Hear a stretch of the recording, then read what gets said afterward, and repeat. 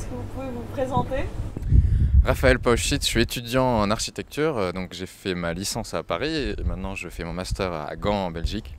Et c'est à Paris que j'ai rencontré Martin. Martin Paco, également étudiant en architecture, mais aussi co-animateur de l'Université populaire d'écologie et traducteur amateur d'Yvan Illich, de Lewis Mumford, de Patrick Guedes. Donc c'est en compagnie de Raphaël que l'idée de Topophile est née, il y a un an et a été rejoint immédiatement par Camille Morin qui est designer. Topophile est une revue et qu'est-ce que cette revue? Alors c'est une revue numérique qui va sortir en juin, qui a pour vocation d'un côté, donc on a trois grandes parties: savoir, faire et les rendez-vous. Savoir, c'est les enquêtes, entretiens, essais, tout ce qui illumine l'esprit.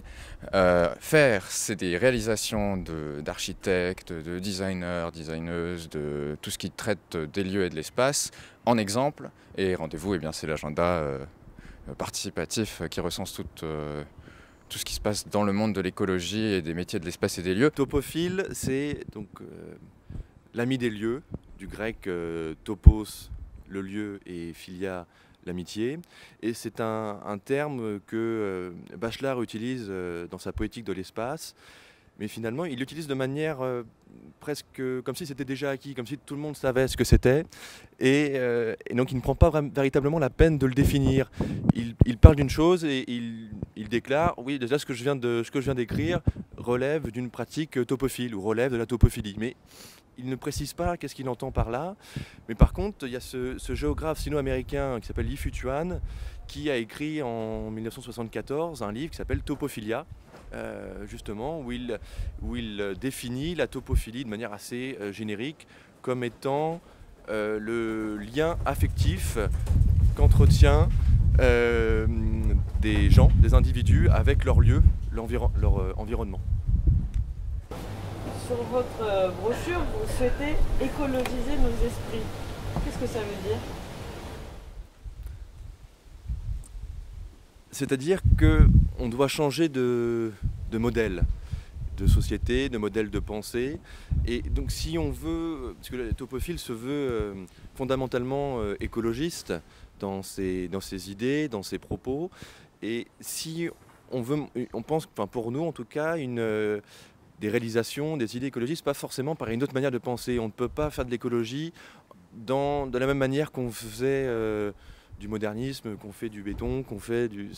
Voilà, c'est une autre logique, c'est une autre logique, c'est une autre manière de penser et d'agir. Et c'est ça qu'on veut essayer justement de réconcilier dans cette revue Topophile, et d'appeler les lecteurs, mais aussi les contributeurs, à écologiser leur esprit, c'est-à-dire à ne pas seulement agir dans leur coin, de manière isolée, mais essayer d'avoir de réfléchir autrement, vraiment pour aboutir à quelque chose de nouveau. Pourquoi avoir choisi une revue entièrement numérique et non papier? Alors parce qu'il n'est pas question pour nous de produire du papier qui atterrira dans la poubelle une semaine après l'avoir sorti, que les gens l'achètent et qu'ils le jettent. Par contre, il y aura une collection papier de livres qui sortiront peut-être un par an, si on a le temps, en fonction du temps qu'on aura. De toute façon, on est qu'étudiants, voilà, on fait tout ça à côté de nos études, on est dans notre année de diplôme, donc voilà, on verra ce que ça va donner. Comme ça. Si, mais si, c'est vrai. Voilà. Donc la revue est entièrement numérique parce que comme ça, elle est aussi entièrement accessible. C'est une encyclopédie qui se veut vivante de pratiques écologiques. Qui écrit dans la revue? Un comité de rédaction ou des appels à écriture? Je pense qu'on veut donner la parole, ou plutôt ouvrir nos colonnes, à la fois des théoriciens et des praticiens, à la fois français mais aussi étrangers. Et je pense que c'est nous qui allons, avec l'aide d'un conseil topophile constitué de personnalités reconnues de différentes disciplines, géographes, architectes, philosophes, anthropologues, urbanistes, paysagistes, designers, artistes. Et donc avec leur aide, donner ouvrir nos colonnes à tous ceux qui ont des choses à dire, tout simplement. Donc il n'y a pas, ça va pas toujours être les mêmes plumes qui vont écrire.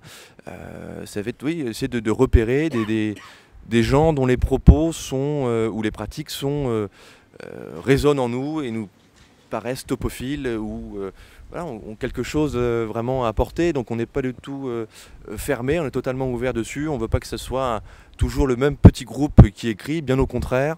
Ça se veut être, oui, une revue ouverte. Je pense que c'est une revue qui parle des lieux, mais qui se veut être aussi un milieu à part entière, un milieu véritablement de pensée et d'action.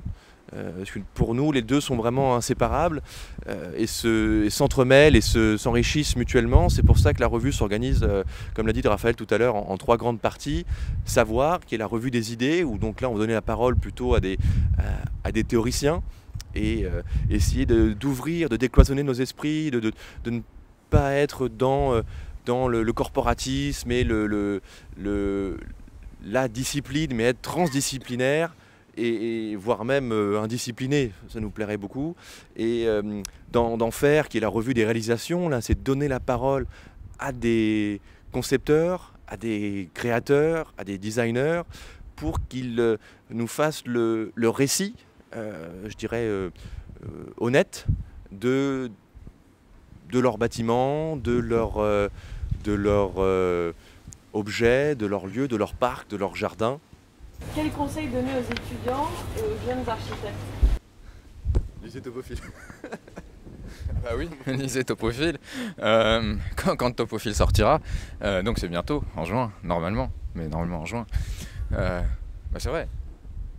Mais ceci dit, on est qu'étudiants nous deux, donc je pense pas qu'on soit déjà très bien placé pour donner des conseils. On essaye de faire de notre mieux, on fait un projet qui nous passionne, on monte Topophile parce qu'on veut apprendre à travers Topophile. Et donc nous-mêmes on découvre, on apprend. De toute manière, il n'est jamais trop tard pour apprendre et tous nos lecteurs apprendront. C'est notre ambition.